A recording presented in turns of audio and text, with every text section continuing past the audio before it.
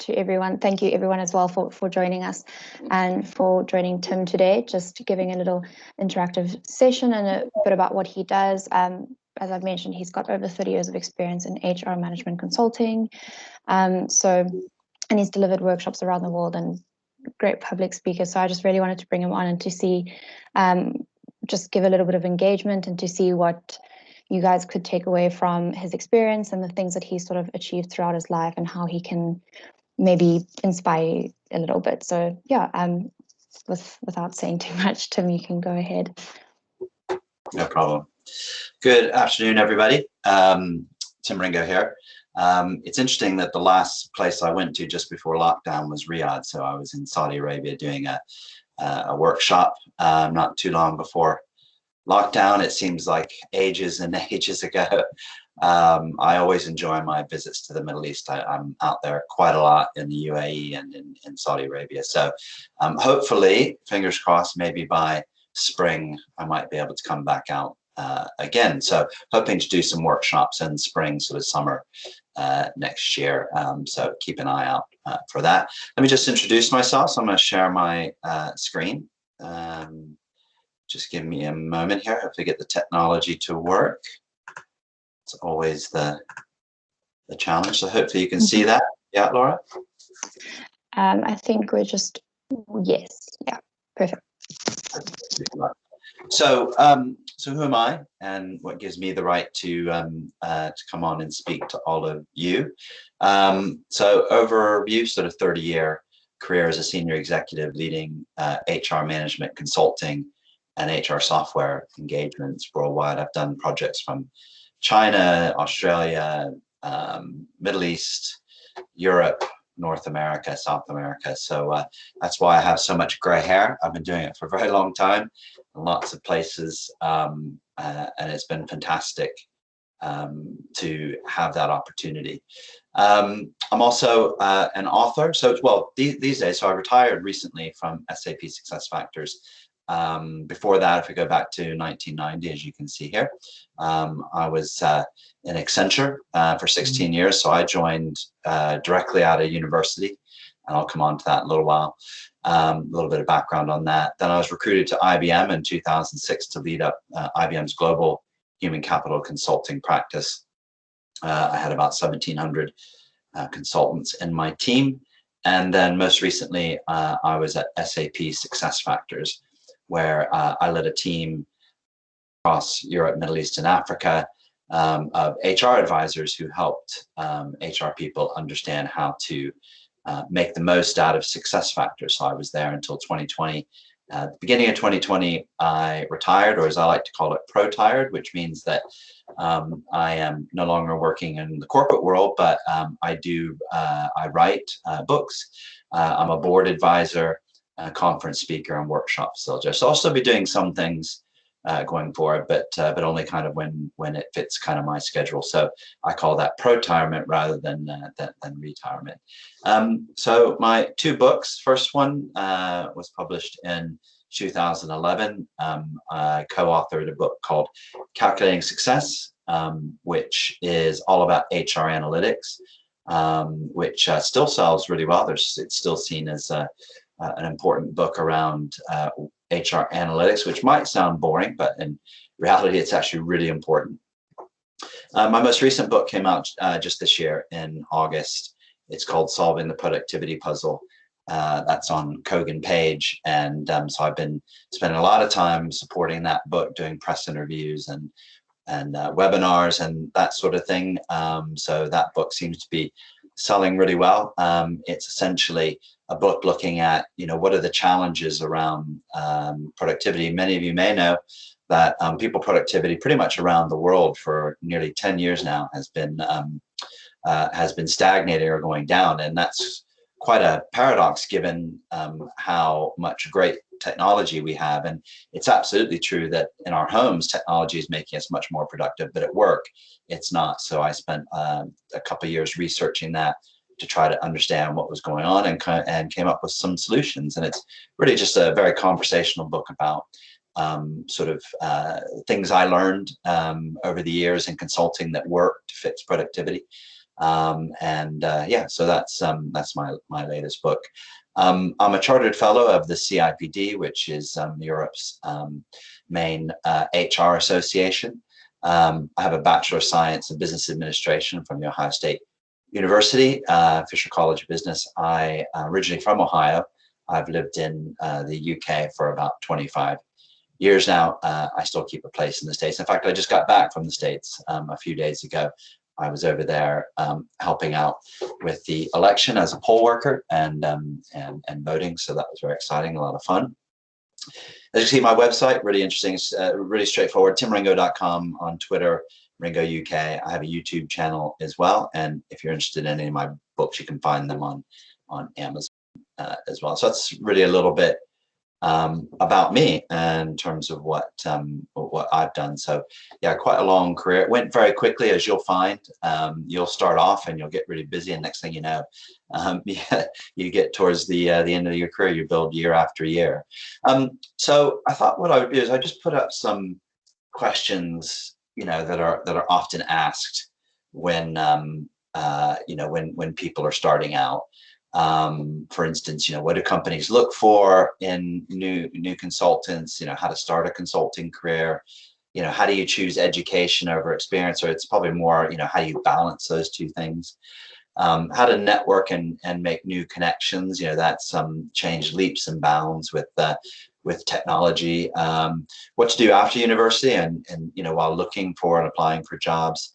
I can outline some kind of real stories, experience, offer some advice today, and also, talk about working in different cultures, which is really, really important. My next book is around globalism, and it's going to be a book about what I learned working across different cultures and how I think globalism is a really positive force in helping all of us in our day-to-day lives and in our work. So I can talk a little bit about that. So I'm just going to stop sharing here so you can actually see me. So let's start out with what do. I'll just switch my camera on here so you can actually see me while I speak. There we go. How's that? Can you see me? So what do companies look for in budding consultants? So there's kind of two things, right? So there's what do companies that are looking to hire consultants do?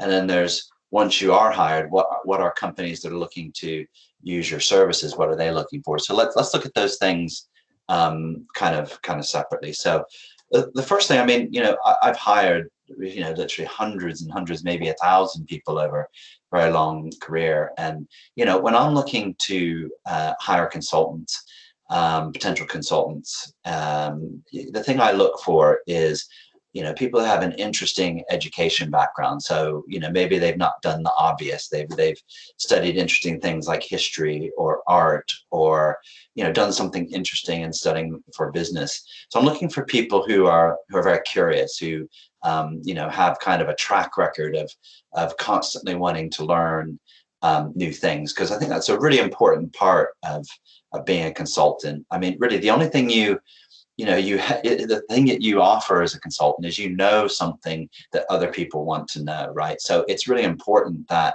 you set up a track record from the beginning of constantly learning, constantly studying, constantly learning new things. And then eventually what you do is you kind of build up your own brand of specialty. So you might want to start broadly, and learn and work in different industries and that sort of thing. But then you want to specialize, and I'll come back to that in a moment. But so I look at for people who have interesting education background, a track record of learn. I also for people who have traveled, who understand other cultures, because I think that's really important as an aspect of the job of consulting, to understand how different cultures interact. And then really lastly, I kind of look at how does a person perform in their university degree? How did they were they in the sort of near the top of their class? So you look for some really high and levels of intelligence, but I don't look for that first. I'm looking for these other things first. I want to look at the person's experience, what they've done in their life. And then, having a top degree is kind of secondary, really, but it is something I think to look for. So companies that are looking to bring in a consultant, I think take that sort of approach in identifying people who can make good consultants. Once you're in as a consultant, what do your clients look for? Well, again, they look for very similar things, but they also look for people who are going to, be very hardworking, who are going to be inquisitive, ask questions, push people a little bit to, to maybe, think a bit differently. So, one of the things that people will hire consultants for is because they're building a skill or have a skill and sort of challenging how people do things, right? I mean, by definition, consulting is coming in and saying, well, we do things like this today, but perhaps we should do things like this tomorrow. And what's the plan? And what is the justification for moving to this new way of doing or thinking? So that's what clients will look for from you, and that's why they hire firms to come in and bring smart people who will focus on exactly that, trying to understand where are we today, where could we be tomorrow, what's the justification and plan to move to that new world. That is essentially the job of a consultant, and that is what companies will pay a lot of money for, frankly. I mean, over the years, from my Accenture days, throughout my career, I was always, fairly humbled by, how much, a client would pay for an hour or a day of my time. And I always felt the kind of pressure to deliver on that. And again, that goes back to who you are as a person, and someone who wants to constantly study and learn new things and bring that and a point of view. So that's why people will pay top dollar, so to speak, to get your skills and capabilities. So I think in essence that is what a company that's looking to hire, and then what companies that are looking to use your services, that's essentially what they're looking for. So that kind of goes to, well, how do you start a consulting career? Well, in my case, it was pretty accidental. I came out of Ohio State University after spend nearly 5 years studying. I still didn't know what I wanted to do. So I had a degree in business and finance. I had a degree in English, and I just really did build it what I wanted to do.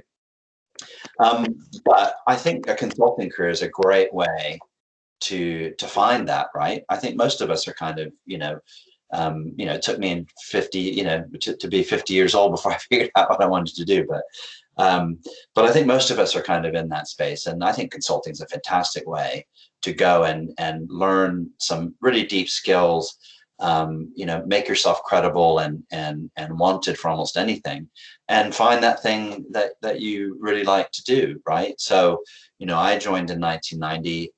What Accenture was about then, they were called Anderson Consulting at that point, but what they were about was essentially, develop. It was 1990s, so it's the beginning of PCs in the office, beginning of software. And, what they were all about is helping companies implement software and computing technology to change. And so I started out, coding software. And I can tell you, I was one of the world's worst software designers and coders. So I quickly realized that wasn't going to work. But, what I found very quickly was, there were other things that I could do. In fact, Anderson at that point had set up a change management practice, and it was all about aligning people to technology. And, in my work in designing and implementing software, I was just fascinated with, people seeing a PC for the first time or using software for the first time. And I was really interested in how do you get that person capable as quickly as possible. And I started to find, my thing. That was sort of the thing I was really interested in. So I kind of got out of the software designing bit and into kind of, well, how do we take software and help people use it? So learning programs, programs around communication, why are we implementing, PCs and software, those sorts of things. And that was a lot of fun. And really that was the beginning of kind of starting to specialize in a particular thing. And I think when you join a consulting firm, you should kind of look at it that way and say, don't immediately say, this is what I do and you should try lots of different things, right? That's the kind of joy and the great thing about being in consulting. You get to try lots of different things, work inside lots of different companies, and learn a lot of different things. And then I would recommend that over time you start to specialize and build depth and breadth in an area, because you want to the thing I learned about consulting is develop a brand. I learned this really early. Develop a brand for the thing that you're known for, because once you're inside a consulting company, success is that the partners or the senior executives of the consulting firm want to pick you to come and help them with their client. And if you kind of aren't known for something, if you're not deep in particular skills, they're not going to bring you on, and that starts to be the end of your kind of consulting career. So you want to constantly find that thing that you're excited about, and then really be the expert on it. And I found that, one, to be fun, but two, it was quite motivating to always kind of keep studying in my field of change management. Eventually I specialized further into HR, right? So what I found is that when organizations are changing, HR, it touches everything, and really good HR organizations help organizations change. And so I got even more specialized into the kind of human resources space, and the kind of how do you develop new strategies, new processes, use technology to make people better at work. And that was really exciting for me. So it was just a year after year after year, just building more and more capability and experience on the back then. It wasn't really that hard, because I was constantly moving on to new projects, because the senior executives wanted me on their projects because I had a particular expertise. And so I could almost pick and choose who I worked for, and that's fun too. So for me, I don't really like being told what to do. So it was nice to be able to say, well, I'll work on this project, right? And that's what you earn after a while. You earn a certain amount of control over what you do. And that's, that's the other aspect about consulting, is you can start to kind of, create your own path and have control of your own destiny. And, that's kind of how I treated my career over 30 years. I did the things that I wanted to do. Now, of course, I always took coaching. I always listened to my managers. I always did what was asked. But I kind of drove that career direction. And I think that's what's unique about consulting in a way, is that you can create that space to do that thing and have control over your career as it kind of rolls out. So kind of starting out, you want to be broad. Don't kind of choose, I want to just do this one thing. Be open to lots of different things until you find the thing you're passionate about. And what's the worst that can happen? After a few years, you may decide consulting's not for you, but guess what? You've built some really great skills that you can be hired by lots of different companies to come in and do things. So, it's that's the other advantage about it. But you kind of got to start out with an open mind, and then just kind of let that kind of drive you. But eventually you do need to sort of major in or focus in an area. So let me just kind of stop there on that point and just see if there's any questions or thoughts. Is the line open, Laura? Yeah, sure. If people have questions, they can put up their hand, or they can post it in the chat. I definitely have questions, but I always do, so I'd rather just leave it to people. I don't see any hands yet, but I think Tim's opening the floor to you guys. If you do have any questions from what he's said so far, anyone want to jump in? If not, I will. I do want to ask, Tim, you said that you sort of you've got sort of 6 years experience in Accenture, and that was straight out of university. How did you get into that, sort of going straight out of university? How did you get into a company like Accenture? Well, so when I graduated, my university had a placement program, and so they put me forward for various jobs, and I interviewed for various jobs, and I had 3 offers at the end of that process. One was from was from Anderson Consulting. So, and it was interesting. It was actually, in terms of the money, it was the lowest amount of money that was offered. And I just decided that, money wasn't the important thing. It was more kind of, let's go do something interesting. So I really got started in that they were recruiting, which is what consulting firms do. They're constantly recruiting. So yeah, I took that opportunity to join them, and I chose them really, rather than the other way around. So, but I was sold on the idea and what they were telling me. So, wow. Oh, it's really awesome. We've got Accenture that's coming to speak to us on the 30th of November. So I would love for anyone who's on this call to ask Tim questions. If you guys need any, if you've got any questions that you'd like to ask about maybe possibly how to get into Accenture or something like that. I see Mohammed, you've got your hand raised. Go for it. Yeah, I just want to ask, how can we show that we can work in various background for the HR team that interviewed us or whatever? So how do you know that the person in front of you, that he don't just want to work in a specific area? For example, if I'm an engineer, so how can I show them that I can work in different backgrounds and different area? Yeah, I think, everybody has some sort of specialism in their academic background, right? I mean, that's what you do. And I think, what you want to demonstrate, and a lot of firms like Accenture, are looking for people with engineering backgrounds, right? So, that's a good thing. But I think what you want to do is show broader interest. And when you're potentially interviewing for that job, be ready to talk about, yeah, I did this, but I've also done these other things. To show that, what we say in English, well-rounded kind of person. You want to avoid the kind of, well, I've done an engineering degree and this is what I do. And I'm sure if you look at your personal life, you look at your, any internships, any other things you've done, you want to bring those things out as well. But engineering degrees, I would say most of the people that, a lot of the people that I got hired with at Anderson back in the day, there was a lot of engineering degrees in that. So it's a good, and a sought after sort of, type of degree, but just show them broader things that you've done. Be prepared to answer those questions. And I'm sure you've done that, Mohammed. So.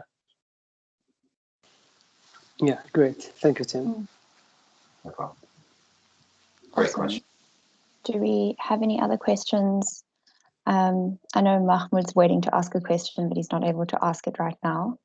Tim, is there anything that you can kind of, sort of any advice or tips that you can give to our trainees who are, obviously Accenture is coming to speak to us? If there's anything, any advice that you can give us all for speaking to a company like Accenture, asking the right questions, anything that you can sort of.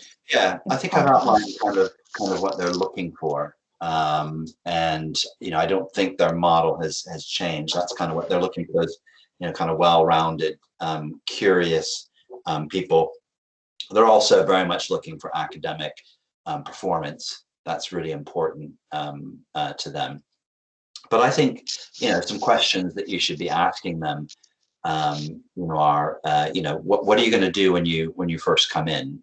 Is it going to be sort of general consulting, or is there a specific area they might bring you in? I mean, Accenture these days is a very large organization. Back in my day, it did one thing: developed and implemented software.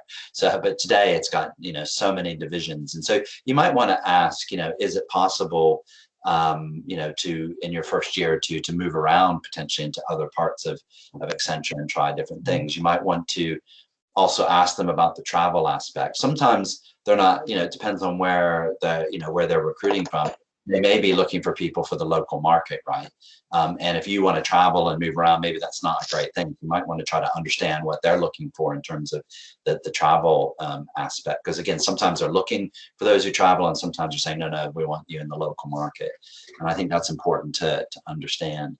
I think the other thing to understand you should ask about is their development program. So back in my day, it was called CAPS. I can't remember what that stands for, but it was called CAPS, and it was world-renowned training program for graduates. And you can probably go online and find out what they call it today, but it might be worth understanding how that is done. It used to be that they flew everybody to the States from all over the world and into a place just outside of Chicago. And they had a big, learning program. It might be good to understand that and how they're doing that today. Because I think that's really, well, one, it's really important to them that you're showing interest in that. And two, I think it's really important for you to understand what they could offer there. And, my understanding is it's still world-class, and very sought after. So that would be the things that I would be looking to ask them about. And then, one of my favorite questions is, give me a day in the life of, of one of your junior consultants, and let them describe that for you. I think that's a good way to do it. But, Accenture is looking for those things that I outlined earlier, and that's still their model today. Awesome. That's great. Thanks, Tim. Well, I'm glad we're recording this then, so anyone who's missed the session can definitely go back and have a look at that just before. Does anyone else have any questions for Tim? Anything they perhaps want to ask him? Don't worry, if not, we'll move on into some of the other points, and you can ask more questions as we go. Oh, okay, sure. Yeah, so the next point was around whether to choose education over experience. So certainly when I was at Accenture and IBM, I tended to look for people who had, the kind of bachelor's degree, and, the master's degree wasn't really quite as important for me personally in terms of the type of people that I was looking to recruit. So, the idea that you do your bachelor's and then you go do a master's to try to make yourself more attractive to say someone like Accenture or Deloitte or others, I don't think that's that important really. In fact, I would almost advise, go get some experience in a consulting firm and then perhaps take a year or two and do a master's degree then. I think trying to do it all at once, it's always good to kind of break things up with a little bit of experience. And I think it helps you become a better consultant. Now, if you've already got a master's degree, don't worry about that. That's not going to be an issue. But, I wouldn't overemphasize it. I don't think it's really that important in terms of the main consulting firms, whether you have a master's degree or not. They really are looking for that well-rounded, person who's got, different experiences versus extended education. So I think that's, that's worth keeping in mind.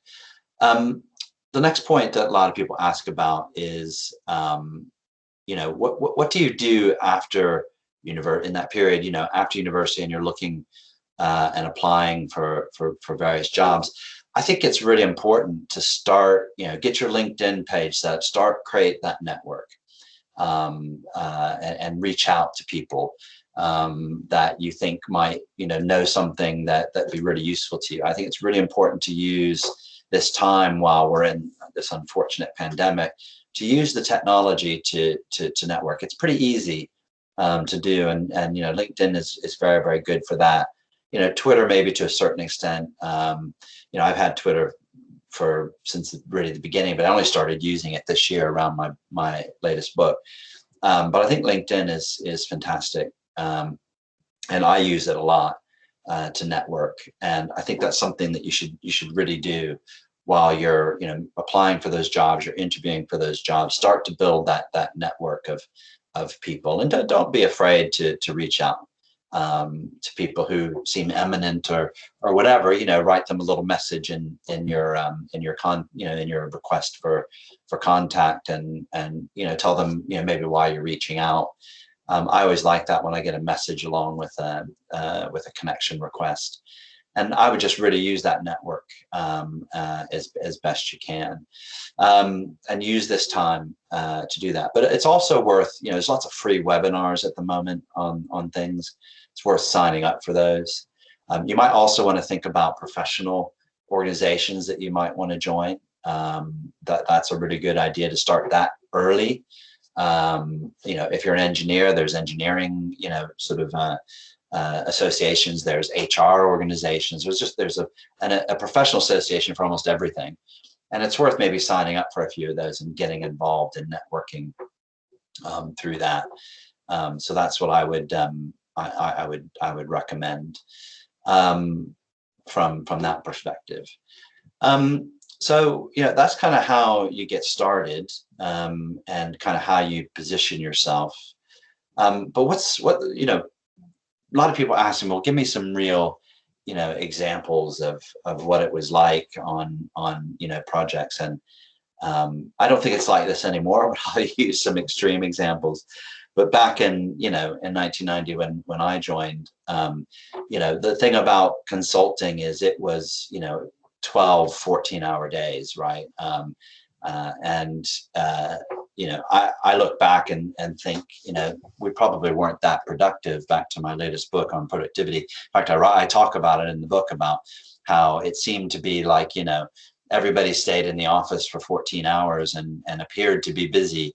And I sort of question now whether that was really an important thing. But the point is, it is a hard business. Clients are going to pay extra money to have you in. They are going to expect that you're working as hard or harder than their people, right?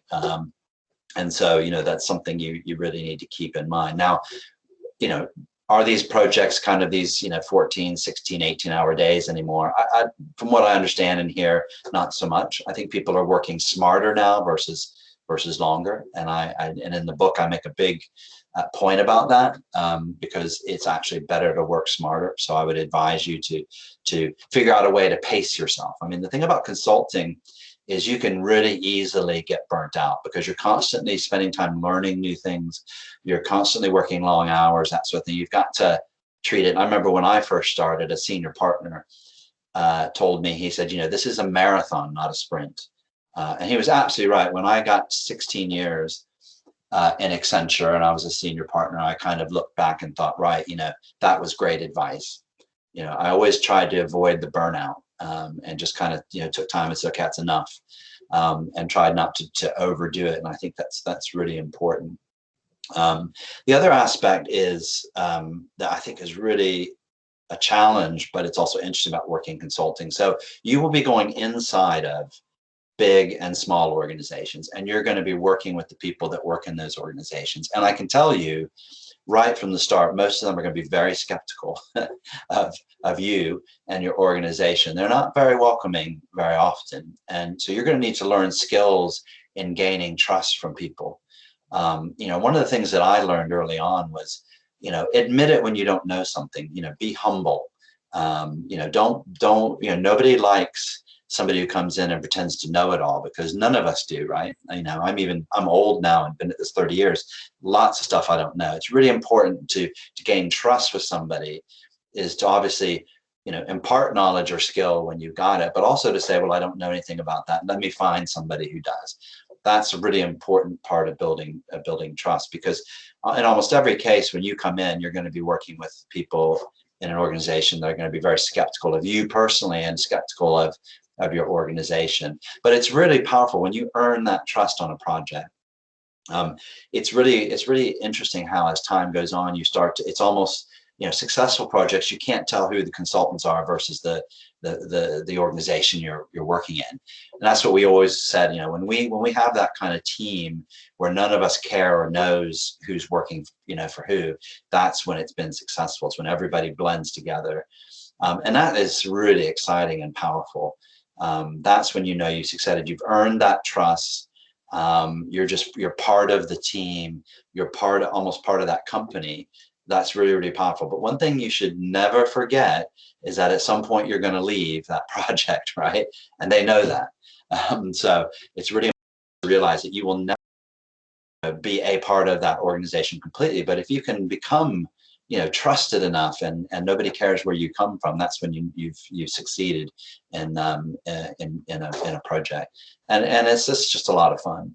But you're still going to run into a lot of skeptical people who don't want the consultants around, and it's just something you've got to constantly be aware of, constantly working on that kind of. It's almost like doctors in English, we say successful doctors have a good bedside manner, meaning when they're sitting with sick people, they know how to make them feel comfortable. They know how to make them feel confident they're going to get better. A consultant needs to, like a doctor, learn good bedside manner. that you're going to be there, you're going to help them to make it better, and that's kind of your ultimate goal. And I've had lots of fantastic experiences when it works really, really well, and then I've had lots of disastrous projects, right, where there just was no getting along. There was just, it just wasn't a fit. And that's kind of when that time you kind of have to hold up your hand and say to your manager or whatever that this isn't working. I'm not a good fit for this project, or I'm not a good fit for this client. And it's better to admit that than to kind of run it out to a course where it becomes a conflict. And you run into a lot of really, really difficult things. People will blame you for things.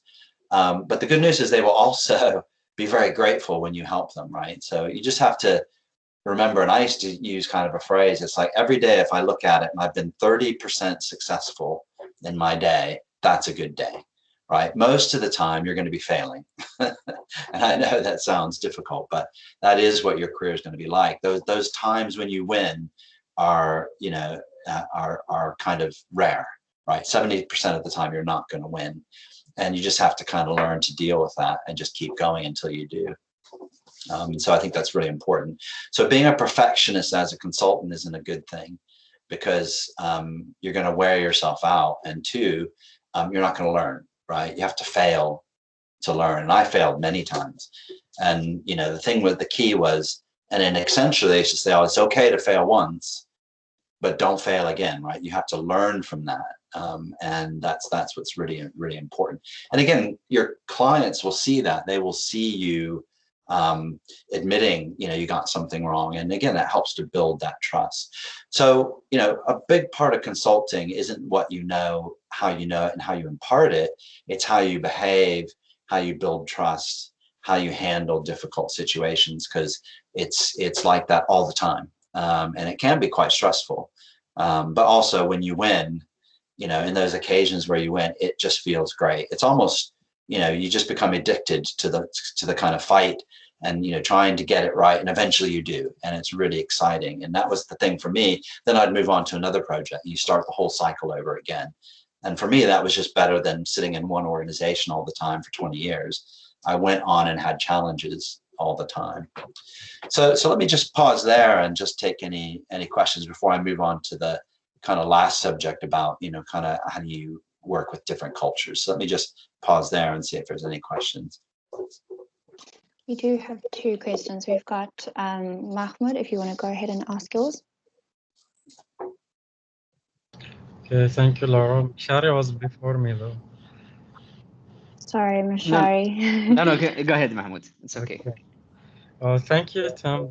I really like all the different pieces of the topic you're mentioning. Your book seemed really interesting, and I like the setup behind it. Thank you. I just wanted to ask something about a point you mentioned earlier when you said it's okay to not know what you want exactly. And this is something that I am in peace with. But when you go to an HR, like an interview or something, they don't seem very pleasant about that. If you point, so Yeah. My way of figuring out what I want is by trying things. I just wanted to ask, what's your perspective on how to reflect that in an interview, for example? Like I currently might not know, but I'm trying to know. Yeah, and that's a really great question. So, I think the way you handle that is you do need to have in your mind, roughly the direction you want to take, right? I think that's important. So, and be able to articulate that. But also, again, I think putting it inside of a perspective that says you're curious, and make that a selling point, right? That broadly this is the direction you want to go, but that you're open to different things because you want to learn different things. And consulting companies really, they're looking for that, right? So it's kind of having a way of describing what you may or may want to do in the future, and then saying you're open to and you're flexible, because that's how you operate. You constantly learn, move on to the next thing. And I would put it in that perspective, and that's definitely something that they will see as a positive. That's great. Thank you. Thank you. Okay, Mashari, go for it. Your turns now. It's okay. Actually, I have one question. And speaking of HR business and consulting, since you are HR consultant, I have general question, and we can specify it on consulting business, but I'm wondering in general. So as an entry level employees or fresh graduate, how to balance between showing myself as a qualified and not falling into the mistakes with overqualified? Yeah. So if I kind of understand what you're saying is, how do you emphasize you do have certain qualifications, but not overemphasize those qualifications? Is that kind of the question? Yeah, I think in central level, the recruiter would think this candidate is overqualified. Right. Yeah. That's a difficult one. I think I'm just trying to think about how I've handled that, because there's a danger that the organization that's looking to hire you, if they just say, well, this person's overqualified, they miss out on really good talent, right? So I think it's almost down to you to challenge that a little bit, right? To say, well, look, this is the qualifications I have. However, this is the role that I'd like to play, and here's why. And I may appear overqualified for that, but this is something that I really want to do. So I think it's about couching it in your motivations and explaining it from the context of your personal motivations. I think organizations these days are much better at understanding that, the importance of somebody's aspiration and personal motivation. So why did you get these qualifications? Well, I did because X, Y, Z, but I want to do this job because of ABC, right? And you almost separate the two things, really. And kind of say, well, that's kind of that, but this is me, and this is how I operate and what I want to do. And I think that organizations are much better at kind of dealing with that. Based, instead of 30 years ago, it was kind of like a box ticking exercise. I think companies realize that they really need to understand why somebody's motivated to come talk to you about a job, and they now sort of look into that in a lot more detail in some of the psychometric testing they do and those sorts of things. So that's kind of how I would show it, to kind of put that aside and say, yes, I have all of these qualifications over here, but this is why I want to work for you. This is why I want to do this. And that's probably the best way to handle that. Oh, thank you very much. Thank you. Any other questions? I don't see any other questions. So. Okay. So sort of the final one I'll end on is around culture. So I think, again, the thing about being a consultant that's unique is that you will work in so many different, let's put it in two boxes. There's organization culture, and then there's the culture or the region that the organization sits in, right? So Middle East versus, say, the UK. So there's two boxes. Let's talk about organization culture first. I mean, for me, one of the exciting things about being consulting is you get exposed to so many different organizations, and they are all different in terms of, what they're about, what their purpose is, what their mission is, the leadership and how they communicate, and the way people behave. They're all different, right? And that's part of the excitement. But you have to recognize that they're different, and you have to have a personality and an approach that adapts to these different cultures. So let's just put it very simply, there's kind of two types of organizations I see quite often, are those that are very kind of command and control from the top to the bottom, almost like military style. There's rank and hierarchy, and things get done by rank and that sort of thing. Then you've got other organizations that are almost the complete opposite, where they are more, self-directed teams, less about rank, less about I will tell you what to do. They're more about, what to do, figure it out.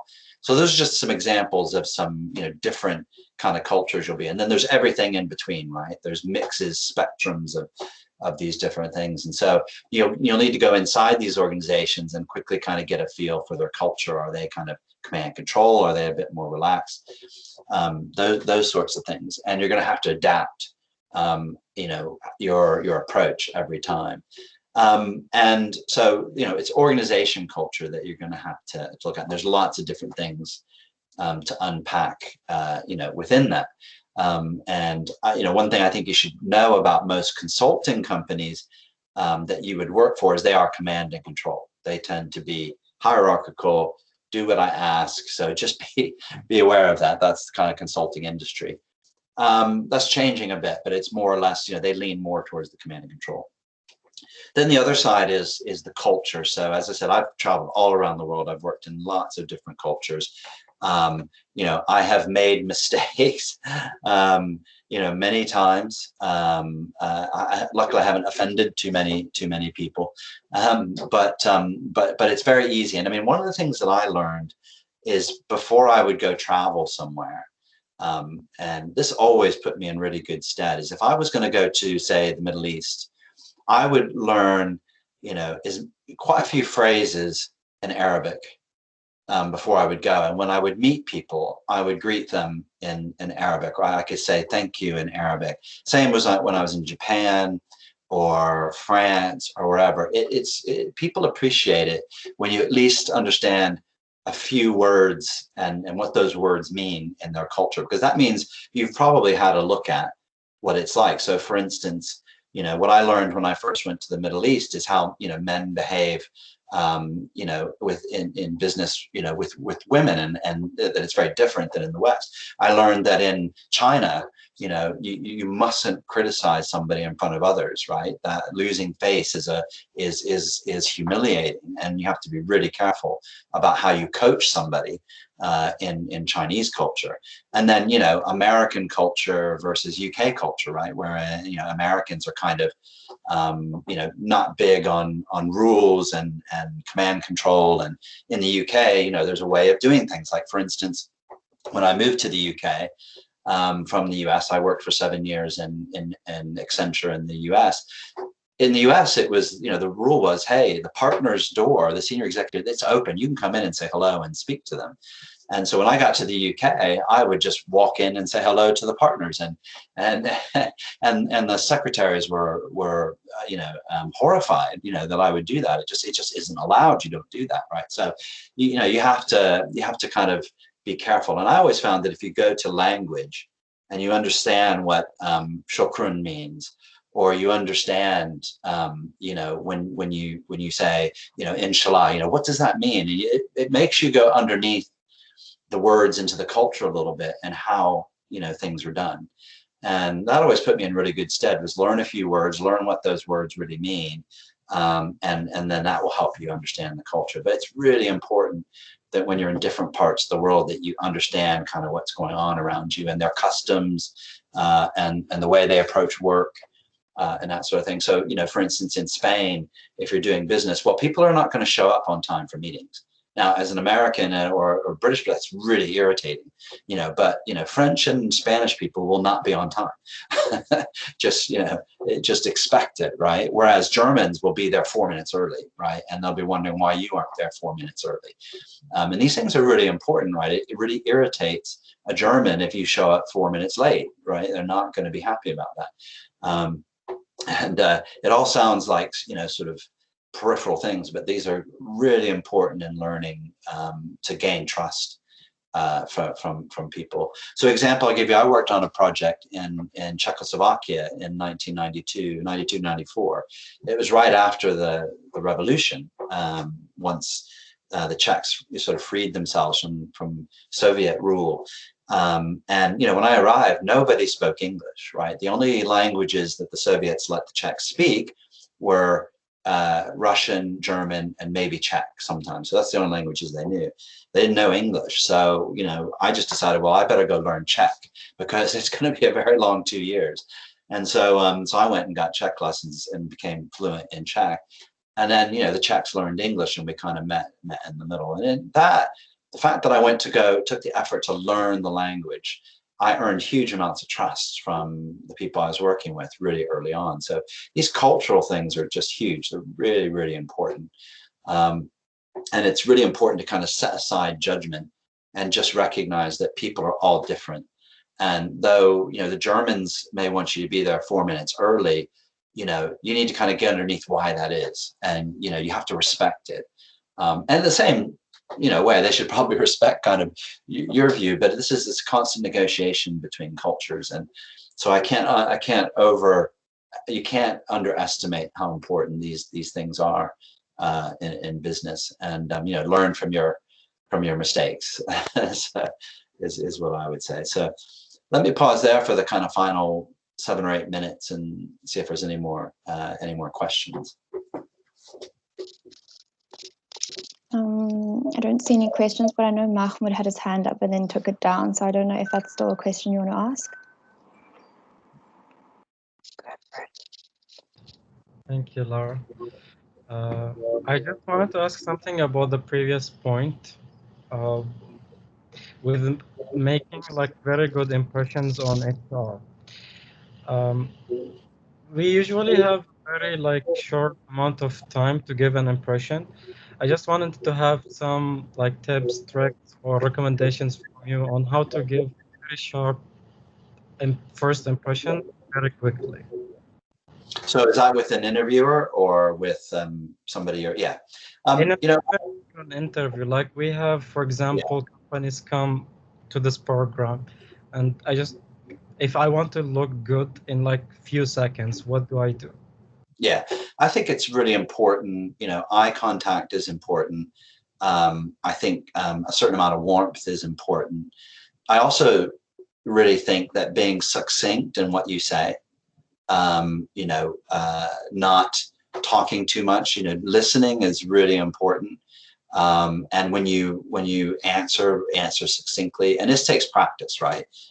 To learn how to do this. I mean, I've never got really good at it. So, but I think that's part of a good impression. So good eye contact, warmth, listening, appearing to be listening and taking in what somebody is saying, and then succinctly answering them. I also think appearance is really important. Back in the 1990s, it was really easy. Everybody dressed in a suit and a tie, and it was really easy. And I used to take a lot of effort around my appearance, and I think it's really important because when it gives you confidence, right? That's the key thing. But the dress codes are so, they're just different everywhere now, and they're almost by industry, right? So even today, when I go to financial services client, I wear a suit and tie because that's what they wear. So you need to think about how you're appearing in the context. So if you're going to interview with some consulting firms, they wouldn't want you to wear a shirt and tie. And I think it's really important to know that in advance and even ask somebody who works there, what's the dress code? Back in the day, the dress code was simple. It was suits and ties. But I think the way you present yourself is really good. And in your case, you might be a national dress, and then that makes it easy, right? So I kind of long for the days when it was easy, to figure out what you're going to wear. But certainly in the Middle East, it seems like it's really easy because national dress always looks really, nice, and I like it very much. So, but I think that's important. So it's about how you look, how you interact in that way. Those are the things that I would suggest. Thank you very much. Great. I don't see any other questions. If I may? Go for it. Yes. Thank you, Tim. That has been one of the best sessions I've attended. Lots of information, lots of tips. I've got one question in regard to a point you mentioned earlier. The one when you speak about being burned out